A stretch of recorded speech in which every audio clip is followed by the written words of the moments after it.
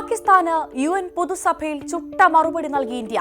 പാകിസ്ഥാൻ പ്രധാനമന്ത്രി ഷഹബാസ് ഷെരീഫ് നടത്തിയ പ്രസംഗത്തിനായിരുന്നു രാജ്യം കനത്ത ഭാഷയിൽ മറുപടി നൽകിയത്. ഷെരീഫിന്റെ പരാമർശങ്ങളെ അസംബന്ധ നാടകങ്ങൾ എന്ന് വിശേഷിപ്പിച്ച ഇന്ത്യ ഒരു നാടകത്തിനും യാഥാർത്ഥ്യങ്ങളെ മറച്ചുവെക്കാനാവില്ല എന്നും വ്യക്തമാക്കി.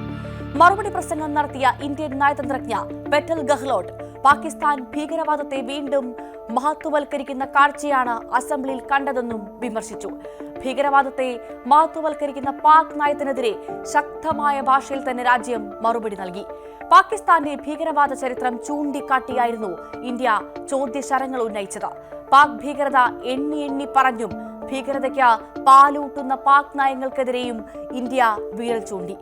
ഒരു നാടകത്തിനും എത്ര വലിയ നുണകൾക്കും വസ്തുതകളെ മറച്ചുവെക്കാനാവില്ലെന്നും ഗഹ്ലോട്ട് വ്യക്തമാക്കി. ഇന്ത്യൻ കേന്ദ്രഭരണ പ്രദേശമായ ജമ്മു കാശ്മീരിലെ പഹൽഗാമിൽ വിനോദസഞ്ചാരികളെ ക്രൂരമായി കൊലപ്പെടുത്തിയ റെസിസ്റ്റന്റ് ഫ്രണ്ട് എന്ന പാകിസ്ഥാൻ സ്പോൺസർ ചെയ്യുന്ന ഭീകര സംഘടനയെ 2025 ഏപ്രിൽ 25 UN രക്ഷാസമിതിയിൽ വെച്ച് സംരക്ഷിക്കാൻ ശ്രമിച്ചത് ഇതേ പാകിസ്ഥാനാണ്. വർഷങ്ങളായി ഭീകരവാദത്തെ വളർത്തുകയും കയറ്റുമതി ചെയ്യുകയും ചെയ്യുന്ന ഒരു രാജ്യം ഇത്രയും വിചിത്രമായ കാര്യങ്ങൾ പ്രചരിപ്പിക്കുന്നതിൽ അത്ഭുതമില്ല.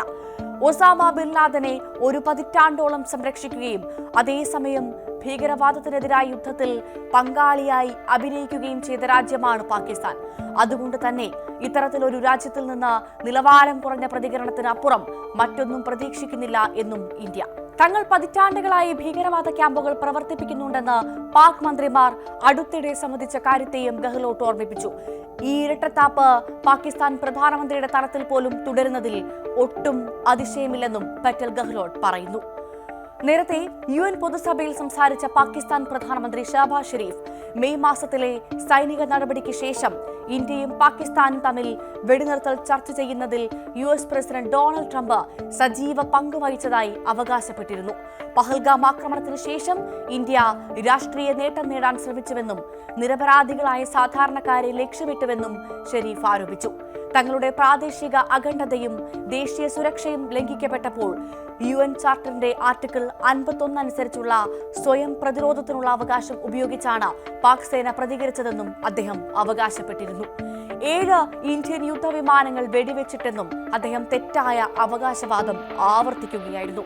ഇതിനു പുറമെ ഷെരീഫ് സിന്ധു നദീജല കരാർ ലംഘിച്ചുവെന്ന് ഇന്ത്യക്കെതിരെ ആരോപണം ഉന്നയിക്കുകയും ചെയ്തു. ഈ ആരോപണങ്ങൾക്കാണ് ഇന്ത്യ UN-ൽ ശക്തമായ മറുപടി നൽകിയത്. തീരുന്നില്ല. UN പൊതുസഭയിൽ വിദേശകാര്യമന്ത്രി ഡോക്ടർ S ജയശങ്കർ ഇന്ന് സംസാരിക്കും. പാകിസ്ഥാൻ പ്രധാനമന്ത്രി ഷഹബാസ് ഷെരീഫ് ഉയർത്തിയ ആരോപണങ്ങൾക്ക് അദ്ദേഹം കൃത്യമായ മറുപടി നൽകും. ഊർജ്ജ സുരക്ഷ, ഭീകരവാദം, ഗ്ലോബൽ സൗത്ത് തുടങ്ങിയ വിഷയങ്ങളും പ്രസംഗത്തിൽ ഉൾപ്പെടുത്തിയേക്കും. കഴിഞ്ഞ ദിവസം UNHRC കൗൺസിൽ യോഗത്തിലും പാകിസ്ഥാനെതിരെ ഇന്ത്യ വിമർശനം ഉന്നയിച്ചിരുന്നു. പാകിസ്ഥാൻ സ്വന്തം ജനങ്ങളെ ബോംബിട്ട് കൊല്ലുകയാണെന്നായിരുന്നു ഇന്ത്യയുടെ വിമർശനം. ഇന്ത്യക്കെതിരെ അടിസ്ഥാനമില്ലാത്ത ആരോപണങ്ങളാണ് ഇസ്ലാമാബാദ് ഉന്നയിക്കുന്നതെന്നും UNHRCയുടെ യോഗത്തിൽ സംസാരിക്കവേ ഇന്ത്യൻ പ്രതിനിധി പറഞ്ഞിരുന്നു.